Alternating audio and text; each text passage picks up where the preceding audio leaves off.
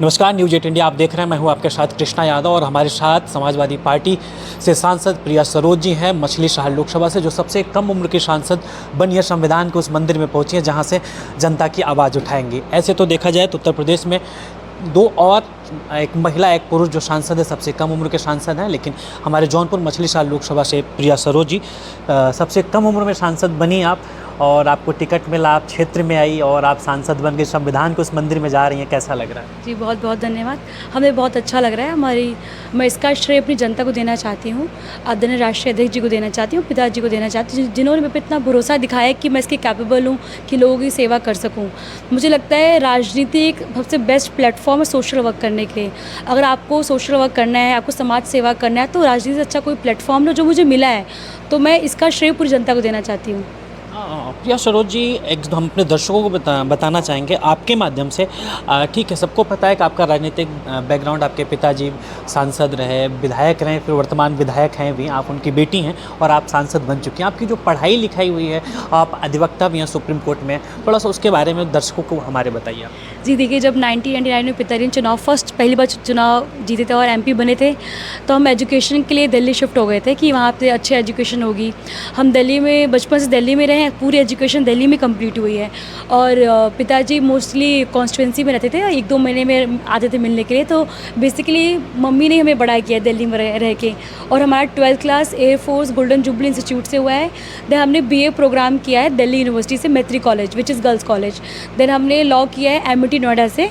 Then उसके बाद हम सुप्रीम कोर्ट में प्रैक्टिस कर रहे थे और जज की भी तैयारी कर रहे थे साथ में। तो क्या तैयारी छोड़ के क्यों पॉलिटिक्स में अचानक आना, कि नहीं कि बैकग्राउंड के नाते पॉलिटिक्स में आना, कि कोई और सोच थी कि नहीं पॉलिटिक्स में जाना है, मुझे MP बनना है? जी देखिए, रुचि शुरू से था हमारा पॉलिटिक्स में, क्योंकि जब हम छोटे थे हम आके यहाँ बैठते थे और पिताजी को देखते थे कि लोग आ रहे मदद करने, और जो खुशी अलग हो जब किसी आपकी थ्रो किसी के चेहरे पे स्माइल, वो अलग बात होती है।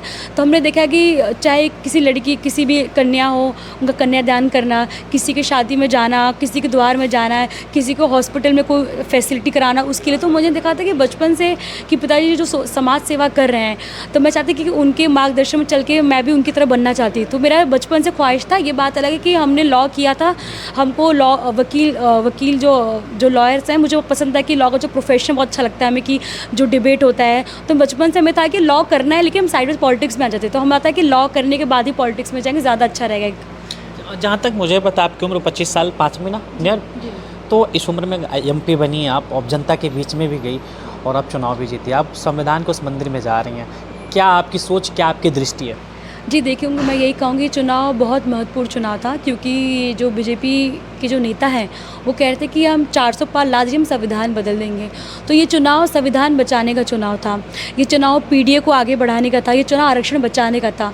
और यूपी में जो मैसेज वो ये गया है, जो BJP वालों और उनके जो नेताओं ने जो तैयारी की थी, चाहे वो अयोध्या की तैयारी की, चाहे किसी की तैयारी की हो, वहीं वो हार गए हैं। इसका मतलब ये है कि जनता ने धर्म की राजनीति को नकारा है, नफरत की राजनीति को नकारा है, और जो मोहब्बत की राजनीति, जो पीस की राजनीति को स्वीकार किया है। इससे ये समझ में आता है कि आप कितना भी धर्म के नाम पे वोट मांग लिया, असली मुद्दे पे जनता ने वोट किया है। इस बार विकास के नाम पे वोट किया है, चाहे संविधान का मुद्दा हो, चाहे रोज़गार का हो, चाहे बेरोज़गार का हो, चाहे महंगाई का हो, चाहे नोटबंदी का हो, चाहे इलेक्ट्रल बॉन्ड का हो। इन मुद्दों पर जनता ने रख के वोट दिया है हमें। और इससे ये समझ में आ रहा है कि जो BJP का प्रोपेगेंडा क्रिएट कर रहे थे कि हमने राम मंदिर बनाया, हमें वोट करिए, तो मैं उनसे पूछना चाहती हूँ, आपने राम मंदिर वोट के लिए बनाया क्या, फिर आपने आस्था से बनाया है?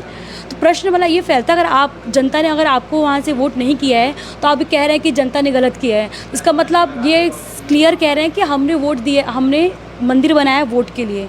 तो ये तो गलत बात है ना, कि इसका मतलब आपने मंदिर बनाया वोट के लिए, फिर हमें लगता था आपने आस्था से बनवाया है। वहाँ से तो अवधेश जी जीते हैं, वहाँ से जी वहाँ से तो जीत गई समाजवादी पार्टी हर जगह, चाहे चित्रकूट हो, इलाहाबाद, तमाम जो धार्मिक स्थल थे, सब जगहों पे समाजवादी पार्टी जीती है। देखिए, जनता से बड़ा कोई नहीं रहता। लोकतंत्र में, देश में जनता के पास जो पावर है वोट करने का, जिस गद्दी बैठाते उस गद्दी से आपको उतार भी सकते हैं। तो मुझे लगता है जनता को समझ में आ गया। तो BJP की जो पॉलिटिक्स है कि आपस में लोगों को लड़ाना, फिर कहना कि आपको उनसे खतरा है, मेजॉरिटी को माइनॉरिटी से खतरा है, फिर कुल मिला के हिंदू मुस्लिम पे वोट लेना। जनता इस बार समझ गई थी कि अगर हमने उन्होंने फिर से वोट कर दिया तो हमारे देश में जो युवा हैं, जो बेरोज़गार बैठे, उनका फ्यूचर नहीं रह पाएगा। तो मुझे लगता है युवाओं ने जो बढ़ चढ़ के वोट किया, इसलिए कि जो पेपर लीक हो रहे थे, चाहे 30 लाख वैकेंसीज जो खाली थी, इन मुद्दों पर जनता ने वोट किया है, ना कि धर्म के मुद्दों पर वोट नहीं किया है इस बार। आप यूथ हैं और आप पार्लियामेंट में जा रही हैं, जो आप चुनाव लड़ने जब आई थी तो आप एक कुछ सोच रही होगी कि नहीं, मुझे मौका अगर मिलेगा, मैं चुनाव जीतती हूँ तो मछली शहर लोकसभा के लिए मैं ये काम करूँगी, जो युवा हैं मैं उनके लिए वो काम करूँ, जो लड़कियाँ हैं ख़ास तौर पे, क्योंकि आप अभी आपकी भी एज बहुत कम है, तो आपको मौका मिला है, आपको अपॉर्चुनिटी मिली है, तो आपकी क्या सोच रही? 5 साल के लिए आपको मौका मिला है। अभी इसके पहले यहाँ से बीजेपी के सांसद थे, तो जो आपको 10 साल अभी आपको जो मौका मिला है, तो 5 साल में आपने फिर क्या क्या कमिटमेंट करना चाहेंगी? देखिए, अभी हम आए हैं और मुझे लगता है कि बीजेपी सरकार ने कभी स्ट्रॉन्ग अपोजिशन फेस नहीं किया है। ये पहली बार होगा कि इतनी स्ट्रॉन्ग अपोजिशन बैठेंगे लोकसभा में।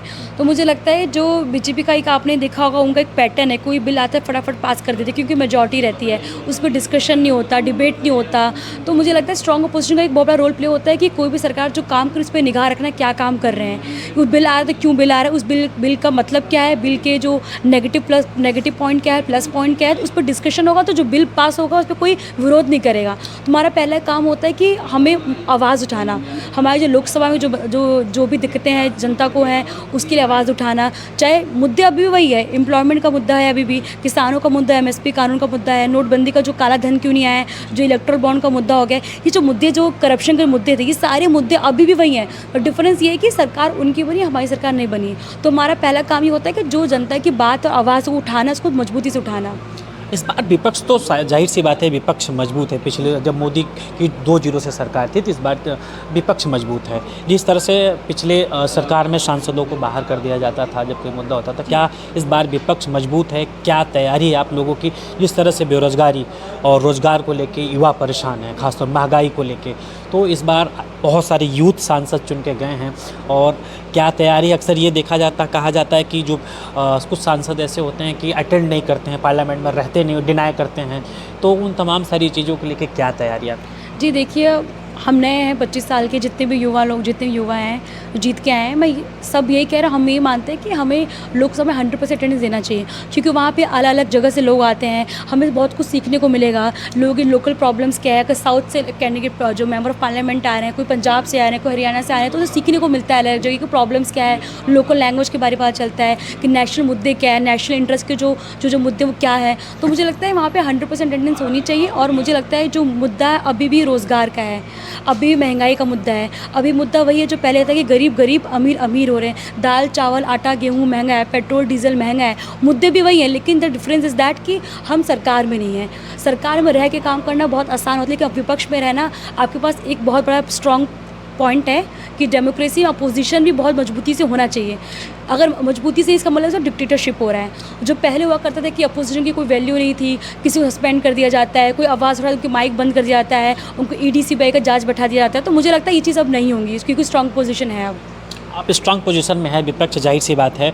और तो मछली शहर की जनता के लिए क्या कमिटमेंट करना चाहेंगी कि प्रिया सरोज क्या लड़ाई लड़ने वाली उनके लिए? जिस तरह जी, मैं यही कहूँगी, मैं अपनी मछली शहर लोकसभा जनता से यही कहूँगी कि इनके जितनी भी प्रॉब्लम्स हैं, मैं उसको सदर में रखने का काम करूँगी।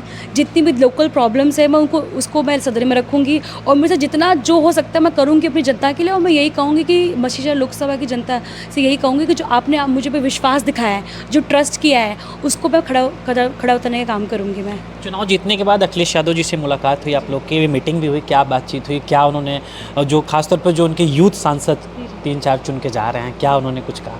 जी देखिए, हम सब बहुत खुश थे मीटिंग में, और ये था कि हमारी पार्टी 3rd लार्जेस्ट पार्टी बनी है, जिसका श्रेय हम जनता को देंगे और अपनी पार्टी कार्यकर्ताओं को देंगे, आदरणीय राष्ट्रीय अध्यक्ष जी को देंगे, और सभी लोग को देंगे जिन्होंने इतनी गर्मियों में निकल के हमारे लिए वोट किया है। इसका मतलब है कि कितनी भी गर्मी हो जाए, कितनी भी गर्मी हो, जो लोग, मैंने देखा है जो महिलाएं वो आती थी दूर चल के आके वोट देने आ रही, तो मैं कहूँगी ये जो जीत है जनता की जीत है, और जो श्रेय आता है जनता को, जाकर जनता घर से निकल के इतनी गर्मियों में वोट दिया है। और हम यही कहेंगे कि चुनाव हम लोग जीते हैं, लेकिन अभी आधा संघर्ष बाकी है 27 के लिए। जिस तरह से कांग्रेस और समाजवादी पार्टी का गठबंधन उत्तर प्रदेश में आधे से ज़्यादा सीट लाई, तो आगे भी ये गठबंधन बरकरार रहेगा, क्या कहें? जी बिल्कुल रहेगा, और हमें लगता है कि जो हमारे अलायंस है वो एक प्रोग्रेसिव अलायंस है, एक प्रोग्रेसिव अलायंस और हमारी जो विचार सोच और विकास को लेके है, ना कि धर्म के ऊपर है। हम जो अलायंस है हम संविधान पे विश्वास करते हैं और संविधान को लेकर चलते हैं, चाहे राहुल जी लेकर चले, चाहे अखिलेश जी हों और चाहे मैं हूँ। सभी लोग को आप देखिए जितने अपोजिट सब संविधान दिखाते हैं, क्योंकि हम संविधान बचा रहेगा तो हमारा देश बचा रहेगा। संविधान रहेगा सुरक्षित तो हमारे हर धर्म जात के लोग सुरक्षित रहेंगे। लेकिन मुझे लगता है जो बीजेपी की जो नेता है, जो उनकी रूलिंग पार्टी हमारी है, शायद उनको लगता है कि संविधान है, कि संविधान की वजह से उनको लगता है कि हिंदुत्व राष्ट्र कर देंगे, हमें हिंदू को खतरा। तो मैं इनसे ये पूछती हूँ कि अगर आपके आने के बाद हिंदू खतरे में क्यों पड़ा है? आपने सब 10 साल में ऐसा क्या कर दिया है? तो मैं यही कहूँगी जो प्रोपेगेंडा क्रिएट करने का उन्होंने बहुत ट्राई किया था, चाहे आप प्रधानमंत्री जी मोदी जी का भाषण सुन लीजिए, कह रहे मंगलसूत्र का डर दिखाते हैं, कभी कहते हैं सारी प्रॉपर्टी हिंदू मुस्लिम को दे दिया जाएगा। तो इससे समझ में ही आ रहा है उनके पास कोई मुद्दा नहीं था। पूरे चुनाव में उन्होंने कोई मुद्दे बात किया ही नहीं, ना एम्प्लॉयमेंट पे बात किया, ना हेल्थ सेक्टर में बात किया, ना इन्होंने कानून किसान के ऊपर बात किया, ना एमएसपी कानून के ऊपर बात किया, ना पेंशन की बात की, ना अग्निवीर की बात। मतलब मुद्दे पे चुनाव हुआ ही नहीं है, इसीलिए जनता ने इनको वोट आउट किया यूपी से। इस बार विपक्ष मजबूत है तो सवाल जम के होगा कि नहीं जम के होगा हाउस में? जी बिल्कुल होगा। इस बार आप लोकसभा संसद टीवी खोल के देखेंगे तो इस बार विपक्ष बहुत मजबूती से आवाज़ उठाएगा और अपनी मजबूती से बात रखेंगे हम। एक लास्ट सवाल खत्म करने से, जिस तरह से समाजवादी पार्टी के राष्ट्रीय अध्यक्ष अखिलेश यादव जी ने पीडीए फार्मूले पे टिकट वितरण किया और पीडीए और संविधान को लेकर काफ़ी मुखर रहे, रंग लाया, पीडीए का फार्मूला काफ़ी सेट बैठा, आगे क्या उम्मीद करते हैं सामने 27 का इलेक्शन? जी पीडीए जो पिछड़ा दलित अल्पसंख्यक हम लोगों ने ये रखा था, क्योंकि जो माइनॉरिटीज़ है उनको बहुत सहना पड़ा है बीजेपी सरकार में। क्योंकि मुझे लगता है इनकी थिंकिंग थी कि 5 किलो का राशन दे के घर तक सीमित कर दिया जाए, इनको नौकरी ना मिले। हमने यही कहा कि अब नौकरी बच्चों को मिल जाएगी तो पढ़े लिखे बच्चे पढ़ लिख लेंगे तो उनको 5 के 50 किलो राशन मिल जाएगा। तो हमने लोगों को यही बोला है आप पहले संविधान को बचाइए, बच्चों को नौकरी लीजिए, तभी आप आगे बढ़ सकते हैं। तो मेरा ये कहूँगा जो पीडीए पिछड़ा दलित अल्पसंख्यक कि हमको बहुत सपोर्ट मिला इनका और आगे पीडीए का नारा लेके चुनाव लड़ेंगे। बहुत बहुत धन्यवाद। ये हमारे साथ नवनिर्वाचित सांसद प्रिया सरोज जी थी, मछली शहर से। अभी सबसे कम उम्र की सांसद हैं, 25 साल 5 महीने इनकी एज है और ये पार्लियामेंट में जा रही हैं। जो संविधान का मंदिर है उसमें मछली शहर की जनता की आवाज़ उठाएंगे और इस बार विपक्ष काफ़ी मजबूत है। और इस बार जिस तरह से मोदी सरकार 2014 से 19 से 24, लेकिन इस बार की जो सरकार है इसमें विपक्ष बहुत मजबूत है और इस बार कई ऐसे यूथ सांसद उत्तर प्रदेश यानी और प्रदेशों से चुन के आ रहे हैं।